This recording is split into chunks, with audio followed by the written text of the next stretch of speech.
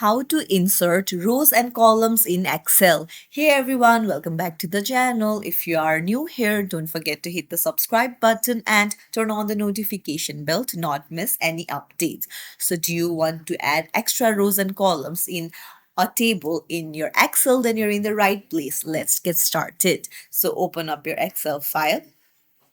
And let's say you want to add a column between the 25th March and 26th March.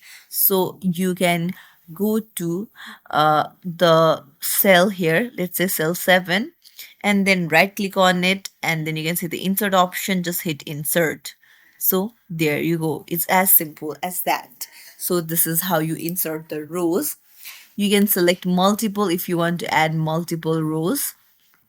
Like if you want to add three, just select the three cells and then hit insert, and then three cells will be added.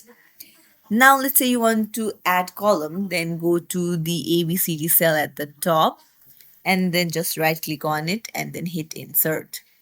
So this is how you easily insert rows and columns in your Excel. So if you found this tutorial helpful, don't forget to hit the thumbs up and subscribe to our channel. Thank you for watching.